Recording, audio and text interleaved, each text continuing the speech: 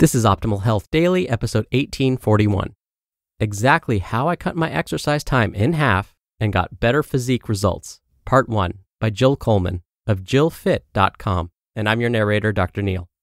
Hey there, welcome to another edition of Optimal Health Daily, where I read some of the best blogs covering health and fitness, just like an audiobook. And don't forget, we have a bunch of shows where we do this very same thing. Just search for Optimal Living Daily to find all of them. Now, today's post is a bit longer than what I typically narrate, so I'll read the first half today and then finish up the rest for you tomorrow. Oh, and it's also from a new author for this show, but I'll tell you all about Jill right after the reading. So for now, let's get right to it as we optimize your life. Exactly how I cut my exercise time in half and got better physique results. Part 1 by Jill Coleman of jillfit.com. Ever looked around your local gym and taken a hard look at the locals? These are the people you see year after year at the gym, in group fitness classes, jogging on the treadmill, even taking toning classes and using machines. Very few of these people ever look any different. I was the same, using exercise as some kind of penance for overeating, and then even trying to use it as my primary weight loss tool as I prepared for competition after competition. I'd diet down for a show by increasing my cardio volume week after week as my show date neared. The problem was that over time, my body stopped responding the same way. I'd need more cardio each show, and even then, the quality of my conditioning wasn't as good. I'd be soft, bloated, flat, and puffy, despite doing more and more. I spent a lot of time confused as to why doing more was not bringing me better results. And then exercise turned into a control mechanism. Something I had to do, or else I felt like I'd blow up again and gain 50 pounds in a week. And eventually, I started hating it.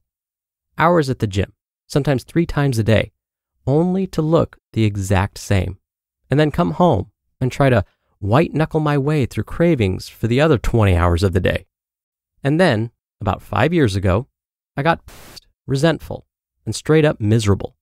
I was literally crying to my spouse about it, and they'd say, "Just stop. Pull back, don't do as much." But I felt imprisoned in this weird obligatory relationship with cardio. If I did stop or pull back, everything would fall apart. Something I'd once loved was now a full-time job. So why do we continue to do the same exercise and even more when we're not getting any better results, and we also feel like a slave to it? The first reason is because we tend to choose the devil we know over the devil we don't. Humans are funny.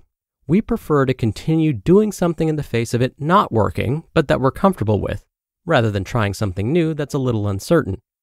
Familiarity breeds trust and safety. At least we know it's not working. This comes down to control again, doesn't it? So long as we see all the angles and things are predictable, then we feel secure. The second reason is because the old calorie model is still ingrained in our brains. Yes, calories matter immensely. But to think that sitting on an elliptical, reading a magazine for an hour or two has no perilous consequences is short-sighted. Sure, you're burning calories, but here's where hormones come in. The intensity, mode, and duration of your exercise impact both anabolic and catabolic hormones, things like human growth hormone, or HGH, and testosterone, and cortisol, and catecholamines, respectively.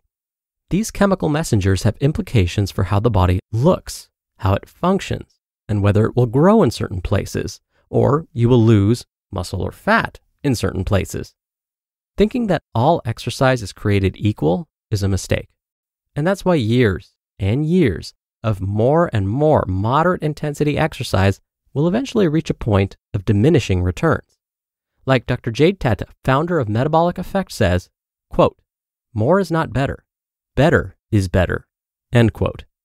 Your body doesn't continue to respond to the same exercise, just more of it ad infinitum. And the potential detrimental effects of more and more exercise are real. Increased cravings and hunger, unstable energy, and extreme mental preoccupation with diet and exercise, significant muscle loss, injury susceptibility, and just plain old hating your life. At least that was the reality of working out 3 or more hours a day for me. Ugh. So is there a better way? Absolutely. If you are just courageous enough to try. Most aren't. We'd rather be certain that something is not working than risk trying something new of whose effectiveness we're unsure of. But those who are brave enough to go against the old models of the more is better mentality will see that a combination of shorter workouts, higher intensity, and more rest and recovery is the ultimate mashup for physique results. Not to mention, you get your life back. The sprint model. 6 key tools for better physique results in less time. These are unfortunately out of order, but hey, for the sake of a nice and clean acronym, hopefully you'll excuse me for this. The acronym SPRINT stands for short, protein, rest and recovery, intensity, nutrition repletion, and train heavy. S. Short. Not only do your training sessions need to be short because spending all day at the gym is no way to live, but when you do shorter workouts, they're also more psychologically satisfying and you have the mental bandwidth to push harder. You think, okay, well, I don't feel like training, but I know that if I just do 10 minutes, I can make those minutes count. Back when I was personal training people for 60 minutes, I'd have people cancel all the time. Of course they did. Canceling an hour-long training session at 7 p.m. was irresistible when you're mentally exhausted, chips and salsa are waiting for you at home, and your trainer has a punishing 60-minute routine waiting for you. No thanks, bye. But 30 minutes you can handle. 20 minutes? No problem. Finally, short workouts are actually more effective for body change. Again, because of the intensity factor. When you exercise longer and at more moderate intensities, and you'll naturally have to, especially cardio, the hormonal response of the workout is different, marked by an elevation in unopposed catabolic hormones than when you're doing shorter, more intense, and weight training-centric workouts, which leads to more anabolic response via human growth hormone and testosterone. Maximize the hormonal situation by keeping things to 40 minutes or less. P. Protein. In order to maintain your lean body mass while exercising intensely, you need to keep your protein intake up. Not extreme levels, or to the point of obsessively counting and measuring, but eat protein at all meals, at least some. I don't care if it's 10 grams or 40 grams, just stay aware. Most individuals that identify as female who are exercising with weights should be getting at least 100 grams of protein per day from various sources. R. Hear that on tomorrow's episode.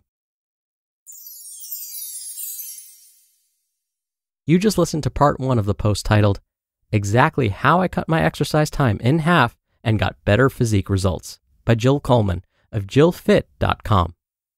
Jill Fit started out as a daily fitness and nutrition blog back in 2010 when she was a full-time personal trainer and group fitness instructor working 70 or more hours a week. Over the next few years, she developed her own nutrition philosophy, #Moderation365, to automate consistent and healthy eating habits.